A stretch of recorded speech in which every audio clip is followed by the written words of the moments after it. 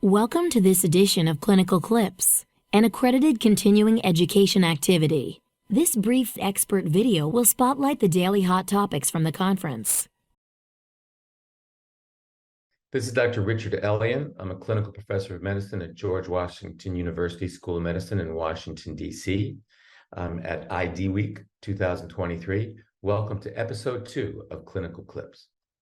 The first paper I'd like to discuss was an interesting paper presented by Grace McComsey on the effects of semaglutide on adipose tissue in HIV-associated lipohypertrophy. We know that weight gain is a major issue in HIV treatment, and this class of agents, glucagon-like peptide 1 receptor agonists, GLP-1 RA, are commonly used in the general population, both for diabetes and weight loss. And there's been no randomized trial of this in HIV-positive patients. And so this study looked to do that, and their findings showed that there was a significant decline in weight, 8.3% versus 0.2% for a placebo. 65% of the patients on semaglutide lost greater than 5% of their weight compared to 4% of placebo. Total fat declined by 15%. Lean mass also decreased by 5.4%. There were changes in central abdominal fat, changes in peripheral fat. However, there were also no appreciable changes in pericardial or liver fat. And the conclusion was that it was well tolerated for up to 32 weeks, that it was effective at decreasing weight and total fat. However, it did not decrease the liver or pericardial fat deposits. It also increased lean mass loss, which over time could exacerbate the concerns about issues around lipoatrophy in this population. And so we're going to need longer-term studies to look at these outcomes, and hopefully the benefits will outweigh those risks. The next study I'd like to describe is efficacy of bictegravir, emtricitabine, tenofovir, alafenamine versus dolutegravir 3TC plus 2 nukes in adults with HIV who have suboptimal adherence. And what they found was that at 48 weeks, there started to be a signal at the people whose adherence were lower than 85%. And the efficacy rates at those areas were approximately 90% in those less than 85% versus 98 and 99% in normal adherence. And the difference out at weeks 144 was approximately 82% compared to 96 to 99% in those with excellent adherence. And so this difference in adherence probably reflects some questions about tolerability in the nuke backbone rather than something about the DTG per se, because other studies that have compared DTG to bictegravir haven't seen this in general. So it calls into question the company you keep, if you will, and suggested in those settings, even though suppression was great across the board, in those with suboptimal adherence, suppression fell off a little bit in the DTG plus 2 NRTI group.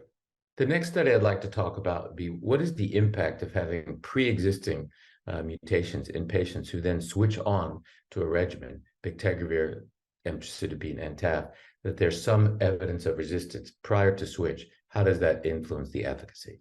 So this was a study done by Trottier et al., who looked at the Big Star study, where were treatment-experienced people who were greater than 18 who were switched to bictegravir, FDC, and TAF. They looked at the patients who had virologic suppression, and then the subset of those patients who had available genotypic data. About 996 were virologically suppressed, and of those, 441 had available genotypic data.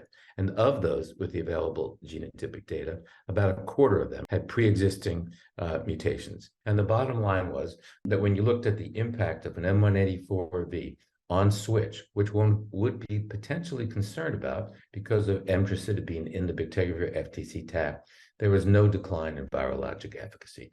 This has been demonstrated before, but I think gives clinicians more comfort in knowing that even though you might not have the prior history of genotypic resistance, if a patient is suppressed and you switch, even if they might have had a sentinel M184V mutation, which might presage worse outcome in a patient on bictegravir, FDC, and TAF. In fact, the virologic suppression was excellent, and there was very little to be concerned about.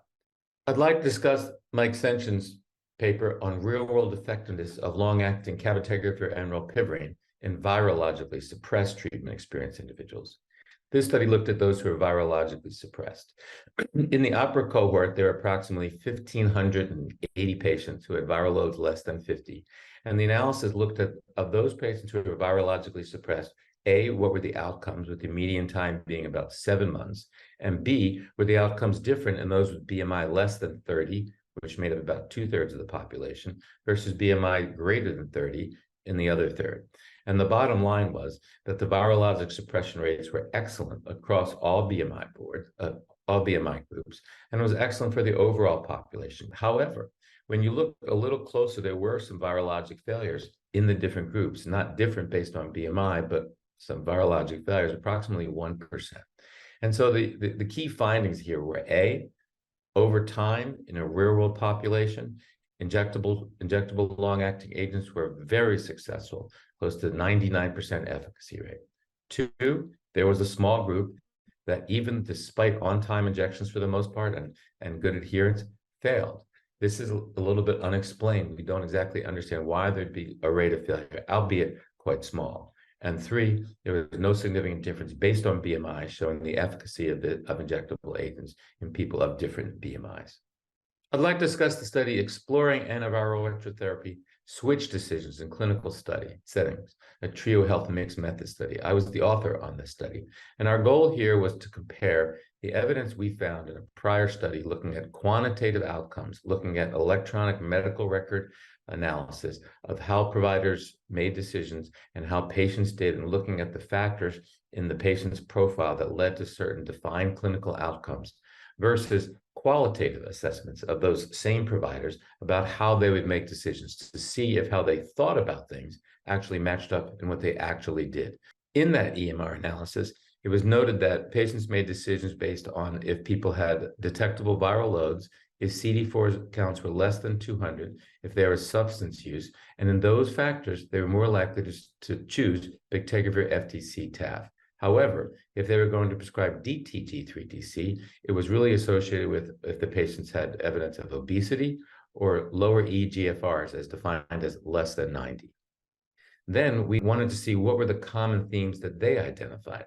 And you can see that the common themes that they identified were that for patients who were choosing regimens, that resistance, HBV co-infection, eGFR, individual patients' views and mental health and weight were very important. This issue about the discordancy between changes in immunologic parameters when looking at outcomes versus immunologic parameters versus attitudes towards changing regimens is interesting and perhaps reflects that DTG3TC as a two-drug regimen is perceived by providers as differently, maybe because it's 2 drugs instead of 3. This needs to be further explored in future studies. Thank you for joining us for the second and final clip from IDWeek 2023. Please visit the landing page to view slides and the previous clip from this conference. I hope this has been enjoyable and educational. Thank you. We hope you found this activity useful and educational. To receive continuing education credit and to download your printable certificate, please return to the activity webpage and click on the Claim Credit button associated with today's clinical clip.